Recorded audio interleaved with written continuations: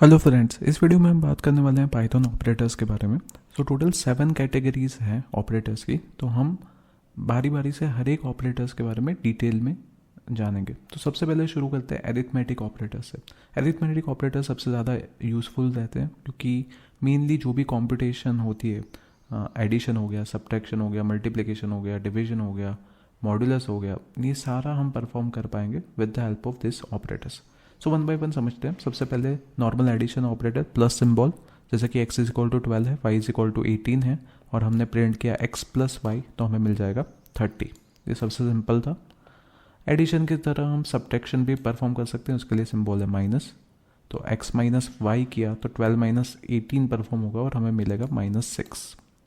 Next multiplication में ये ध्यान में रखना है कि ये सिंबल अलग है, ये वो क्रॉस वाला सिंबल नहीं है, ये मल्टीप्लिकेशन का साइन है और यूजुअली इसको आप शिफ्ट 8 करके, आप 8 के ऊपर ये साइन रहता है, राइट, स्टार साइन, तो उसका यूज़ करके आप मल्टीप्लिकेशन परफॉर्म कर सकते हो, x star y। So basically 12 times 18 और आपको आंसर मिल जाएगा 216। नेक्स्ट है डिवीजन। डिवीजन के लिए फॉरवर्ड स्लैश है, x divide by y। So 12 divide by 18 आप परफॉर्म करोगे तो आपको मिलेगा 0.66।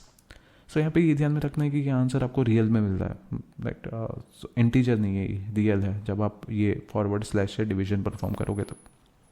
नेक्स्ट है मॉड्यूलस। मॉड्यूलस का मतलब क्या है कि लेट्स से मैं 5 मॉड्यूलर 2 परफॉर्म कर रहा हूँ, तो 5 को 2 से डिवाइड करने के बाद जो रिमाइंडर बचता है वो हमें आंसर में मिलेगा। सो 5 मॉड्यूलस 2 का आंसर होगा 1। अब हम समझते हैं यहाँ पे क्या होगा। यहाँ पे हमारे पास नंबर है 12 मॉड्यूलो 18, मतलब 12 को 18 से डिवाइड करो तो रिमाइंडर क्या रहेगा। सो 12 को 18 से डिवाइड हम कर ही नहीं सकते, तो रिमाइंडर बेसिकली क्या होगा, 18 times 0 is equal to 0। So remainder बचेगा हमारा 12। इसको और अच्छे से समझने के लिए मैं क्या करता हूँ, इन दोनों नंबर्स को स्वैप कर लेता हूँ। लेट्स से 18 यहाँ पे रख लेता हूँ और यहाँ पे 12 लिखता हूँ। और अब हमें पता है कि 18 मॉड्यूलो 12 करूँगा तो रिमाइंडर बचना चाहिए मेरा 6, राइट, क्योंकि 12 टाइम्स 1 इज इक्वल टू 12 और जो बचा वो 6 रिमाइंडर। तो आप देख पा रहे हो कि 6 मुझे आंसर में मिल रहा है। ओके, सो ये हो गया मॉड्यूलस ऑपरेटर और परसेंटेज सिंबल है उसके लिए। नेक्स्ट है एक्सपोनेंशियल ऑपरेटर। तो एक्सपोनेंशियल का मतलब क्या है, यहाँ पे डबल स्टार है। डबल स्टार क्या करेगा, एक बार मैं आपको दिखाता हूँ क्या आउटपुट आ रहा है, फिर हम इसको समझते हैं। एक्स डबल स्टार वाई, सो ये बेसिकली क्या करेगा, एक्स रेज टू वाई कर देगा। सो एक्स हमारा है 18, तो 18 इंटू 18 इंटू 18 12 टाइम्स, ये हमारा आंसर होगा। तो वो आंसर ये मिल रहा है हमें। सो ये तो बहुत बड़ा नंबर है, तो मैं कुछ छोटी वैल्यूज़ लेके आपको ये डेमोस्ट्रेट करता हूँ। Let's say x is equal to 5 and y is equal to 3। Then basically ये जो एक्सपोनेंशियल ऑपरेटर है वो हमें देना चाहिए 5 cube, which is nothing but 5 times 5 times 5, which is nothing but 25 times 5, which is nothing but 125। तो हमें मिल रहा है वो, ठीक है। सो ये हो गया एक्सपोनेंशियल ऑपरेटर। और लास्ट वाला एक स्पेशल केस फ्लोर डिवीजन भी है। फ्लोर डिवीजन का मतलब क्या है, फ्लोर का तो मतलब आपको पता ही होगा कि लेट्स से 5.3 है और उसका मैं फ्लोर निकाल रहा हूँ, तो nearest integer which is less than 5.3 is nothing but 5। सो 5.3 करेंगे तो वो हमें 5 रिटर्न करेगा। सिमिलरली अब हम क्या कर रहे हैं, डिवीजन के केस में ऐसा कर रहे हैं। तो डिवीजन में अगर मेरा आंसर 0.66 आ रहा है तो फ्लोर डिवीजन का आंसर आएगा 0। अगर डिवीजन में मेरा आंसर आ रहा है 1.5 तो फ्लोर डिवीजन में आंसर आएगा 1। सो जो वो फ्रैक्शन वाला पार्ट है वो हम इग्नोर कर देंगे, वही है। सो यहाँ पे समझते हैं कि क्या आंसर आना चाहिए, पहले खुद से करके देखते हैं और देन आउटपुट में देखेंगे कि हमारा आंसर सही आ रहा है कि नहीं। 5 को मैं 3 से डिवाइड करूँगा तो एक बार तो डिवाइड कर पाऊंगा तो 1 पॉइंट समथिंग आएगा, तो वो पॉइंट के बाद जो भी आना है वो इग्नोर हो जाएगा क्योंकि फ्लोर डिवीजन है। तो मेरा आंसर आना चाहिए 1। So let's check. तो आप देख पा रहे हो आंसर 1 ही आ रहा है, तो सही, ठीक। सो ये हो गए हमारे इंपॉर्टेंट एरिथमेटिक ऑपरेटर्स। नेक्स्ट है असाइनमेंट ऑपरेटर्स। तो असाइनमेंट ऑपरेटर्स नॉर्मल असाइनमेंट भी हम कर सकते हैं, जैसे कि वेरिएबल जब हम डिक्लेयर किया, लास्ट लेक्चर में ही हमने देखा था कि कैसे वेरिएबल को डिक्लेयर कर सकते हैं। तो डिक्लेरेशन के टाइम तो वो हेल्प करते ही है, let's say x is equal to 5। उसके अलावा कुछ शॉर्ट हैंड नोटेशंस भी है जो हमें हेल्प करेंगे, जैसे कि मैं इक्वल टू से पहले प्लस लिख दिया और फिर कोई नंबर लिख दिया, तो इसका मतलब ये रहता है कि x is equal to x plus 3। और ये जेनरिक सिंटेक्स है, मतलब आप ऐसा सोच सकते हो, यहाँ पे मैं अगर कमेंट में कंटिन्यू करूँ, सो x के बाद कोई भी एक ऑपरेटर ले लो, राइट, और उसके बाद इक्वल टू सिंबल और फिर कोई कांस्टेंट ले लो। सो इसका मतलब क्या होगा, x is equal to x then that particular operator, right, and then the constant c। सो ये ऑपरेटर की जगह कुछ भी हो सकता है। तो ये जेनरिक आइडिया हो गया ये शॉर्ट हैंड नोटेशंस का, कि जैसे कि यहाँ पे प्लस है तो x प्लस इक्वल टू थी का मतलब क्या है, x is equal to x plus three. सो आपको ये जो मैंने हाईलाइट किया है वो पार्ट आप एक बार देखो तो आपको समझ में आ जाएगा क्या हो रहा है। जो भी ऑपरेटर यहाँ पे लिखा होगा वो x और c के बीच में आ जाएगा, रिप्लेस हो जाएगा, और वो x की नई वैल्यू हो जाएगी। जैसे कि यहाँ पे माइनस लिखा है तो बेसिकली क्या हो जाएगा, x और 3 के बीच में माइनस आ गया, आप देख पा रहे हो, और वो वैल्यू हो गई x की नई वैल्यू। सिमिलरली स्टार भी हो सकता है। तो जितने भी एरिथमेटिक ऑपरेटर्स हमने अभी देखे वो सारे ऑपरेटर्स आप यहाँ पे रख सकते हो और शॉर्ट हैंड नोटेशन आपका वर्क करेगा। उसके अलावा कुछ और भी है, इनके बारे में अभी मैं जल्दी बताऊंगा क्या है ये, राइट। तो उसके बाद क्लैरिटी आएगी कि ये क्या काम करेंगे, बट अभी डेमोस्ट्रेट करता हूँ मैं कुछ बेसिक चीज़ें। जैसे कि यहाँ पे मैं x इज इक्वल टू 9 है, अब मैं लिख रहा हूँ x प्लस इक्वल टू 9। सो अब पहले मैं 9 को प्रिंट करूँगा, पर x प्लस इक्वल टू 9 करने के बाद x, ये this is equivalent of saying, let me write it down, this is equivalent of saying x is equal to x plus 9। सो अब x की रिवाइज वैल्यू हो जानी चाहिए 18, राइट। तो आप देख पा रहे हो पहले 9 था, अब हो गई रिवाइज 18। नेक्स्ट आगे चलते हैं। अब मैं क्या कर रहा हूँ, x माइनस इक्वल टू 9, तो ये हो जाएगा this is equivalent of saying, यहाँ पे मैंने x is equal to x plus 9 लिखा था, और यहाँ पे मैं लिखूँगा this is equivalent of saying x is equal to x minus 9। तो पहले 9 का 18 किया था, अब 18 का वापस 9 हो जाएगा, लेट्स चेक, वापस 9 हो गया, ठीक है। अब नेक्स्ट हम कर रहे हैं x स्टार इक्वल टू 3। तो ये बेसिकली क्या हो जाएगा, x is equal to x times, right, this is equivalent of saying x is equal to x times 3। तो अब जो पहले 9 था फिर 18 हुआ फिर वापस 9 हुआ, अब आप उसको मल्टीप्लाई कर रहे हो 3 से, तो आंसर आना चाहिए 27 as you can see, right. Okay, अब एक नया वेरिएबल मैंने ले लिया y is equal to 7, x का बहुत हो गया तो अब एक नया ले लिया 7। अब मैं क्या कर रहा हूँ, y डिवाइड इक्वल टू 2, तो ये क्या होगा, new value of y is nothing but y divide by 2। So y divide by 2 होगा, और ये बेसिकली सिंगल डिवीजन है, डबल डिवीजन नहीं है, तो 3.5 आना चाहिए। तो आप देख पा रहे हो 3.5 आ गया। फिर आप मॉड्यूलो भी निकाल सकते हो, 3.5 का 2 से मॉड्यूल निकालोगे तो आपको 1.5 मिलेगा, वो यहाँ पे लिखा हुआ है।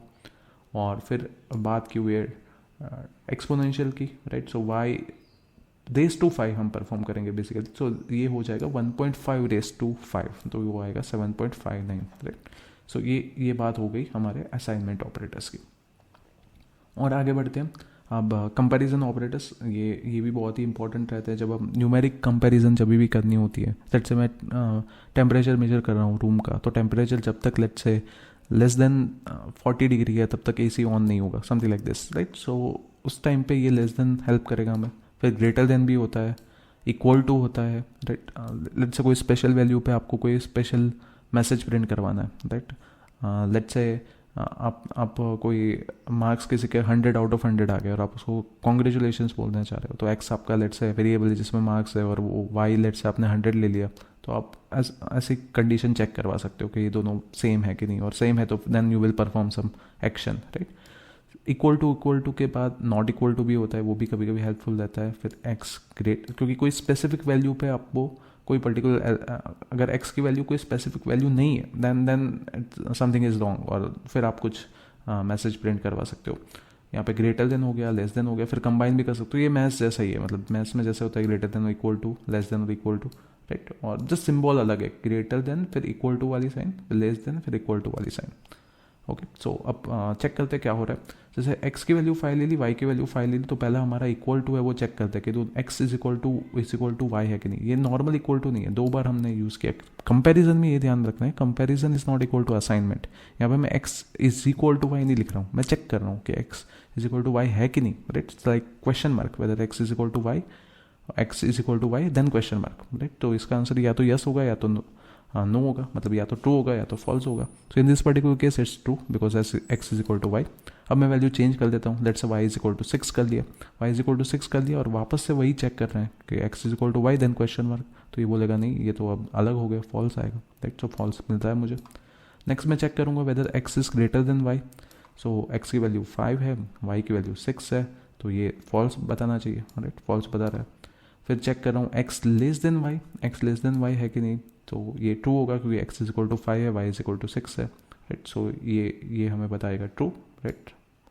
नेक्स्ट आगे बढ़ते हैं, x greater than equal to y, so 5 greater than equal to 6, ये तो गलत है क्योंकि 5 तो छोटा है, तो ये फॉल्स आ गया। और लास्ट में x less than equal to y, 5 less than equal to 6, it's correct, तो आ गया ट्रू, राइट। सो ये सिंपल है बट इसका यूज़ बहुत ज़्यादा होगा, आगे हम देखेंगे लॉजिकल ऑपरेटर्स भी है।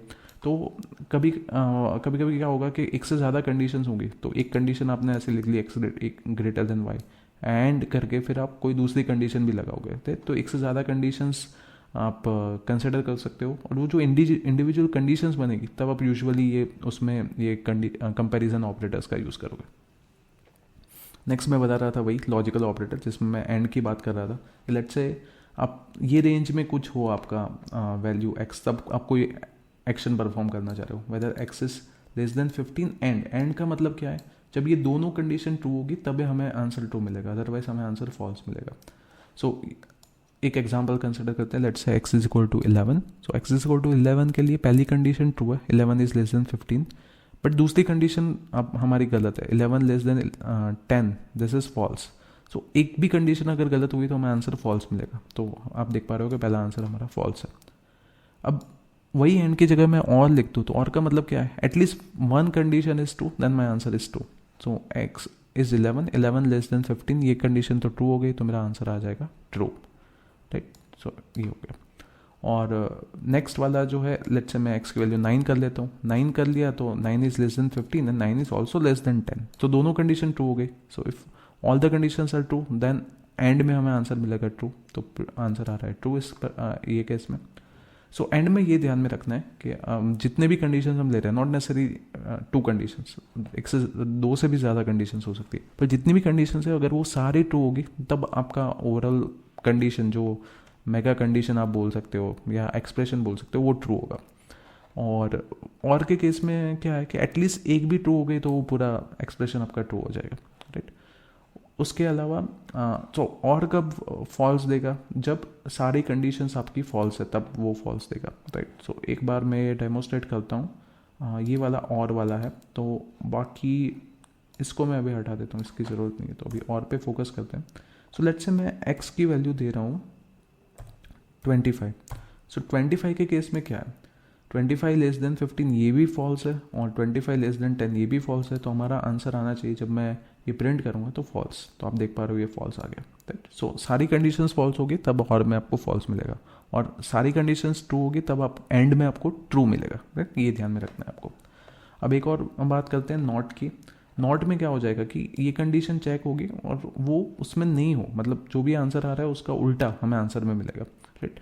सो एक्स इज इक्वल टू 25 है, तो 25 less than 15 and 25 less than 10 ये दोनों कंडीशन हमारी फॉल्स है, तो उसका नॉट लूँगा तो वो ट्रू हो जाएगी, राइट। सो ये काइंड ऑफ नेगेशन हो गया कि ये कंडीशन का नेगेशन चेक करना है कि ये नहीं चाहिए हमें, राइट, ये नहीं होना चाहिए, राइट। अगर ये नहीं हो रहा है देन इट्स फाइन, राइट। सो यहाँ पे क्या हो जाएगा, ये भी कंडीशन फॉल्स होनी चाहिए, ये भी कंडीशन फॉल्स होनी चाहिए, तब हमें आंसर ट्रू मिल जाएगा, राइट। सो आप देख पा रहे हो एक्स इक्वल टू 25 के केस में। ओके, सो इसको अच्छे से समझने के लिए यहाँ पे कुछ और वैल्यू लेता हूँ मैं। लेट्स से यहाँ पे मैं 12 रखता हूँ। अब क्या होगा, 12 के केस में क्या है, 12 लेस देन 15 ये कंडीशन ट्रू है, बट 12 लेस देन 11 ये कंडीशन मेरी क्या है, फॉल्स है, तो ओवरऑल मेरा आंसर फॉल्स हो गया और उसका नेगेशन लूँगा तो ट्रू हो गया, राइट। सो इसको एक बार रन करता हूँ और आपको दिखाता हूँ कि आंसर ट्रू आएगा इसका। सो इसमें क्या ध्यान रखना है, इसको आप इक्विवेलेंट वर्जन अगर कोई लिखने का क्या है इसका या समझने के लिए अगर मैं लिखूँ तो इसमें बेसिकली ये है कि नॉट, इसका मैं पहले टेम्पलेट लिखता हूँ। इसका टेम्पलेट ये होगा कि not then I have some condition 1 and condition 2, तो इसका इक्विवेलेंट वर्जन होगा, इसको मैं ऐसा भी लिख सकता हूँ, this is equivalent of saying not C1 और not C2। So that means condition 1 का नेगेशन ले लूँ मैं और मतलब कंडीशन 1 का नेगेशन लेके उसका आंसर निकाल देता हूँ। अगर वो ट्रू आ गया then overall expression is true. या तो फिर मैं क्या करूँगा, कंडीशन 2 का आंसर निकालूंगा, उसका नॉट ले लूँगा और वो ट्रू आ गया तो मेरा ओवरऑल आंसर ट्रू हो गया, राइट। अगर ये दोनों फॉल्स आ रहे हैं तब not C1 and not C2, तब मेरा आंसर फॉल्स होगा, बाकी वो ट्रू रहेगा। इसको ऐसे भी समझ सकते हो। तो 12 के केस में क्या हो रहा है, एक बार फिर से समझते हैं। 12 के केस में नॉट C1 क्या होगा, x is greater then 15, x is greater than और इक्वल टू 15, तो ये क्या हो रहा है, फॉल्स हो रहा है, ठीक है। और ये वाली कंडीशन क्या हो रही है, नॉट C2 हमारी हो जाएगी x इज ग्रेटर देन और equal to 10। So x is greater than equal to 10, ये कंडीशन ट्रू हो रही है, तो ये नॉट C2 ट्रू हो गई। तो एटलीस्ट एक भी ट्रू है तो ओवरऑल मेरा ट्रू होगा, तो इसलिए आप देख पा रहे हो कि आंसर लास्ट का आ रहा है true. Okay, next identity operators है। सो सिंपली आपको चेक करना है कि if both the variables are referring to the same object then वो रिटर्न करेगा ट्रू, अदरवाइज वो रिटर्न करेगा फॉल्स। तो जैसे कि अगर दोनों में 5 है, तो अगर हम चेक करें whether x is equal to y और नॉट, तो वो बताएगा ट्रू है। और x is not equal to y, तो उसको बोलेगा नहीं फॉल्स है, क्योंकि x is equal to y. Right, so जरूरी नहीं कि मतलब आप यही रहो, फ्यूचर में हम देखेंगे लिस्ट, टपल्स, सेट्स, उनके साथ भी आप इन ऑपरेटर्स का यूज़ कर सकते हो। Next interesting one, membership operator. आपको चेक करना है कि ये मैंने एक लिस्ट बनाया हुआ है, राइट। लिस्ट क्या होता है वो डिटेल में हम नेक्स्ट मॉड्यूल में देखेंगे, बट लेट्स से इसमें मैंने ये 2 ऑब्जेक्ट्स रखे हैं, एप्पल और बनाना, और चेक करना है। लेट्स इट्स लाइक मेरे पास एक बैग है और बैग में एप्पल भी है और बनाना नहीं है, और मुझे चेक करना है कि whether banana is present in that bag or not. So आप ये लिख सकते हो बनाना इन एक्स, तो वो बोलेगा true because banana is actually present here, right. So अगर प्रेजेंट होगा तो ट्रू रिटर्न करेगा, और एब्सेंट होगा तो फॉल्स रिटर्न करेगा, राइट। सिमिलरली नॉट इन भी है कि वो चेक करना है कि वो पर्टिकुलर आइटम ये लिस्ट में है नहीं है, राइट। सो नहीं होगी तो ट्रू बोलेगा, होगी तो फॉल्स बोलेगा। नेक्स्ट है बिटवाइज ऑपरेटर। सो बिटवाइज ऑपरेटर्स का मतलब क्या है कि यहाँ पे हम बिट्स में मतलब बाइनरी लैंग्वेज में बात करेंगे। जैसे कि अगर मैं 1 है तो 1 को मैं अब समझूंगा कि बाइनरी में इसकी वैल्यू होती है 0 1, तो इसको आप ऐसे भी समझ सकते हैं कि लास्ट बिट है उसकी वैल्यू 2⁻0 है, उसके पहले का bit 2⁻1, 2⁻2, so on and so forth. So अभी बहुत ज़्यादा डिटेल में नहीं बता रहा हूँ, बस इतना समझो कि 1 के लिए 0 1 है और 3 के लिए लेट्स से 1 1 है। तो क्या होगा जब आप एंड परफॉर्म करोगे इन दोनों के बीच में, तो एंड के लिए नॉर्मल एंड सिंबल ये वाला सिंबल है, राइट। और ये आपको शिफ्ट 7 करोगे तो आपको ये सिंबल मिल जाएगा। सो इसमें क्या होगा, तो इसमें बिट वाइज एंड परफॉर्म करोगे। तो एंड का मतलब क्या हुआ, तो हमने ऑलरेडी देखा हुआ है कि सारी कंडीशंस ट्रू होगी। In this particular case if both the bits are 1 then we will get 1, otherwise we will get 0। So इस आप इमेजिन करो कि मैंने ये 2 numbers, let me write it down, right. So मैं क्या कर रहा हूँ यहाँ पे, एक मैंने लिख दिया 0 1, एक मैंने लिख दिया लेट्स से 1 1, और अब मैं एंड परफॉर्म करूँगा। सो लेट्स सी क्या आंसर आएगा। तो 0 एंड 1, एक फॉल्स है एक ट्रू है, तो आंसर होगा फॉल्स, और एक ट्रू है दूसरे भी ट्रू है, तो आंसर होगा ट्रू। सो अब मेरा फाइनल आंसर आ गया 0 1, और 0 1 की वैल्यू क्या है वो तो मुझे पता ही है, 0 1 इज़ नथिंग बट 1। सो पहले का आंसर 1 आना चाहिए, तो आ रहा है, दैन मतलब हम सही समझ रहे हैं। अब एक और समझते हैं, और ये जो वर्टिकल लाइन है दैट इज कॉरस्पॉन्डिंग टू और में क्या होता है वो मैंने अभी एक्सप्लेन किया लॉजिकल ऑपरेटर्स में, कि अगर at least 1 condition is true then my final answer is true. तो यहाँ पे 0 और 1 में 1 आएगा, 1 और 1 में 1 आएगा, तो मेरा आंसर आएगा 1 1, और 1 1 क्या है 3 है, तो ये प्रिंट कराऊंगा सेकेंड वाली लाइन, तो मुझे 3 आना चाहिए, तो 3 आ रहा है, right. Next x raise to y, right. Next x raise to मैंने बोला, पर एक्चुअल में इसको बोलना चाहिए एक्स और, राइट। एक्स और क्या होगा, एक्स और का मतलब क्या है कि यहाँ पे लिखा हुआ है कि 1 सेट करेंगे if only 1 of 2 bits is 1, right. So अगर दोनों में से एक 1 है तो हमें आंसर 1 मिलेगा, अदरवाइज 0 मिलेगा, राइट। इसको आप ऐसे भी बोल सकते हो एग्जैक्टली 1। एग्जैक्टली 1 का मतलब क्या है कि बहुत सारी कंडीशंस है, अगर उसमें से एग्जैक्टली एक कंडीशन ट्रू हो रही है तो मुझे आंसर ट्रू मिलेगा, अदरवाइज मुझे आंसर फॉल्स मिलेगा, राइट। सो इसको मैं कैसे सॉल्व करूंगा, यहाँ पे 0 और 1 है, तो एग्जैक्टली एक बार 1 आ रहा है तो मैं लिखूंगा 1। यहाँ पे 1 और 1 एक्स और 1, तो उसमें मैं चेक करूंगा कितनी बार 1 आ रहा है, 2 बार आ रहा है, 2 कंडीशन ट्रू है तो नहीं चलेगा, एक ही कंडीशन ट्रू चाहिए थी, तो मुझे आंसर मिला 1 0, और 1 0 को अगर मैं कन्वर्ट करूँ इंटीजर में तो ये आएगा 2, राइट। तो आप देख पा रहे हो कि आंसर आ रहा है 2। अब नेक्स्ट जाते हैं आगे। अब ये इंटरेस्टिंग ऑपरेटर्स है। नेक्स्ट नॉट तो है ही एक और ये वाला जो है ये शिफ्ट लेफ्ट ऑपरेटर है। शिफ्ट लेफ्ट क्या करेगा, जो भी बाइनरी में डिजिट होगा, जैसे कि यहाँ पे मैं 2 आगे और डिजिट लगा दूँ, राइट, या मतलब in this particular case push what we are going to do, we are going to push zeros in from the right and leftmost bits fall off, right. तो इसको कैसे समझेंगे कि ये वाला ऑपरेटर है, राइट साइड मैंने ओपन रखा हुआ है, तो राइट साइड अगर मैं ओपन रख रहा हूँ तो मैं राइट साइड से 0 पुश करूँगा, राइट। सो ये मैं लेफ्ट एक्सप्लेन करने लग गया था, लेट मी एक्सप्लेन राइट। तो राइट करूँगा तो क्या होगा कि ये ऐसे 2 zeros चले जाएंगे, और इससे क्या होगा कि ये बिट पोजीशन चेंज हो जाएगी। इसको आप ऐसे भी समझ सकते हो कि एक मिनट, बेटर अंडरस्टैंडिंग के लिए इसमें पहले आउटपुट को दिखाता हूँ मैं, फिर समझते हैं इसको। जैसे कि y इज इक्वल टू 3 है, और अब मैंने क्या किया हुआ है, ये वाला ऑपरेटर अप्लाई किया हुआ है, this is nothing but shift left operator. और शिफ्ट लेफ्ट से क्या हो रहा है, और मैंने कितनी बार परफॉर्म किया, जस्ट 1 टाइम्स। तो ये क्या हो गया, 3 को एक बार मैंने शिफ्ट लेफ्ट परफॉर्म किया तो 6 हो गया, और एक बार किया, राइट। अब 2, सो बेसिकली क्या कर रहा हूँ मैं, 2 पोजीशन में अब इसको शिफ्ट कर रहा हूँ, राइट। और इनिशियल वैल्यू तो मेरी वही है, right. Let me also initialize here, y is nothing but 3, 1 more time, and now I am performing this shift left 2 times. So basically क्या हो गया, इसको अब पहले 3 का 6 हुआ था, अब 6 का 12 हुआ। So hopefully you are getting what we are doing here. एक बार आप इसको शिफ्ट लेफ्ट परफॉर्म करोगे तो मल्टीप्लाई बाय 2 होगा, एक और बार करोगे तो वो क्या होगा, मल्टीप्लाई बाय 4 होगा, right. So 3 times 4 is nothing but 12, right. So हमें आंसर में मिल रहा है 12, राइट। होपफुली अब आपको समझ में आ रहा है कि क्या हो रहा है। सो शिफ्ट लेफ्ट में क्या होगा, आप इसको ऐसे समझ सकते हो, शिफ्ट लेफ्ट में आप परफॉर्म कर रहे हो मल्टीप्लिकेशन बाय फैक्टर ऑफ 2। पहले 2⁻1 से मल्टीप्लाई होगा, फिर 2⁻2 से होगा, फिर 2⁻3 से होगा। कितनी बार आप परफॉर्म कर रहे हो उसके ऊपर वो डिपेंड कर रहा है।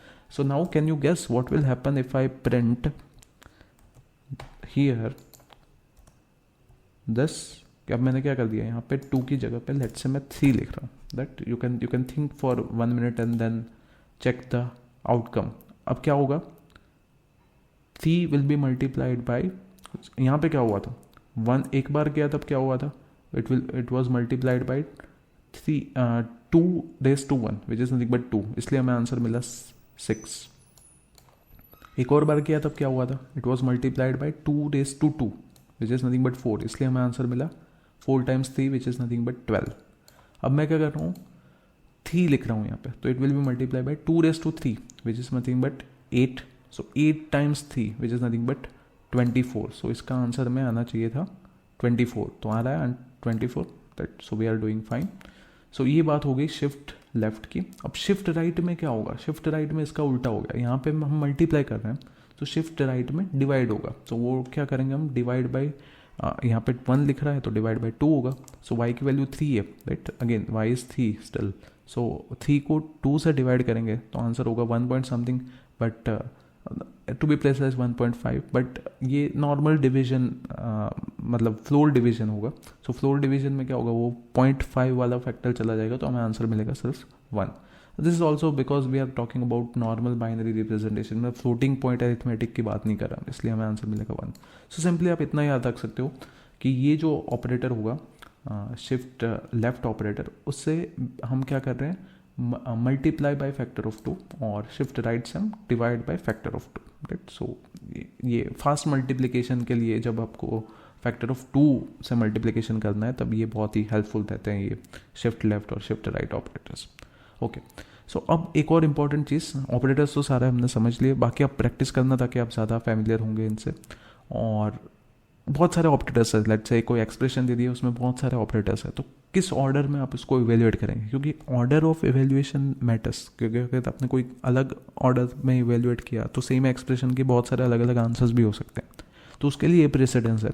सबसे ज़्यादा आपको इंपॉर्टेंस देना है पैरेंथेसिस को, फिर डबल स्टार ऑपरेटर को, फिर आपके आते हैं नॉर्मल जे बी, मल्टीप्लिकेशन, डिवीजन और मॉड्यूलो, फिर आते हैं एडिशन, सब्ट्रैक्शन, फिर आते हैं ये बिटवाइज शिफ्ट जो हमने अभी डिटेल में देखा, फिर आते हैं ये एंड, एक्सऑर और फिर आते हैं ये कंपैरिजन वाले, फिर आते हैं बूलियन, नॉट, एंड, और। अब ये क्यों बना है, हर इसका भी एक रीज़न है कि जैसे सब एक्सप्रेशन जो आपके छोटे छोटे एक्सप्रेशन हो गए, लेट्स से मैंने ऐसा लिख रहा हूँ, यहाँ पे ही हम जाते हैं, ये वाला जो एग्जाम्पल था, हाँ, तो यहाँ पे क्या था, ये एक कंडीशन हुई, ये दूसरी कंडीशन हुई, तो अब इसमें सेंस क्या बनता है, ये पहले इवेल्युएट हो, फिर ये हो, और फिर बाद में मैं और अप्लाई करूँगा, राइट, तभी वो मुझे करेक्ट आंसर देगा।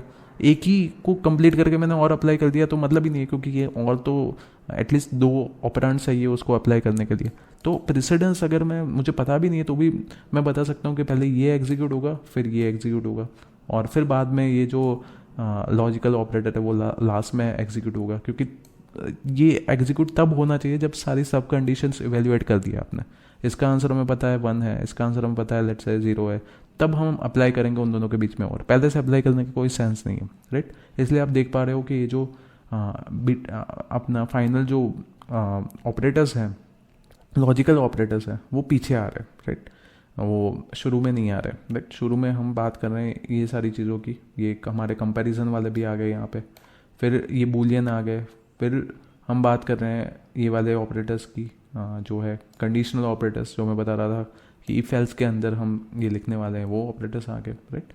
सो चेंज अगर हम कर रहे हैं कुछ ऑर्डरिंग, तो उसके लिए हम इसका भी यूज़ कर सकते हैं, पैरेंथेसिस का, क्योंकि उसकी प्रायोरिटी सबसे ज़्यादा है, राइट, जैसे कि आप देख पा रहे हो। ओके, सो आपको इस वीडियो से पता चला होगा कौन कौन से ऑपरेटर्स है पाइथन में। बहुत ही सिंपल है, जस्ट कुछ एक बार एटलीस्ट आप सारे ऑपरेटर का यूज़ करोगे तो आपको पता चल जाएगा। सो अब आपको ये भी पता चल गया होगा कि ये सब क्या है। ये मैंने स्किप किया था, उस टाइम आपको बताया नहीं था, बट ये कुछ नहीं है। वो जैसे हमने एरिथमेटिक ऑपरेटर को कंबाइन किया था, यहाँ पे शॉर्ट हैंड ऑपरेटर में यूज़ किया था उनका, वैसे ही आप ये जो हमने लास्ट में जो देखे binary operators, right, sorry bitwise operators, उनको भी आप कंबाइन कर सकते हो असाइनमेंट ऑपरेटर के साथ, और फिर आपको मिल जाएंगे ये शॉर्ट हैंड नोटेशंस। जैसे कि यहाँ पे क्या करोगे आप, एक्स एंड इक्वल टू लिखा है, तो इसका मतलब क्या होगा, x is equal to x and 3, right. Okay, thank you.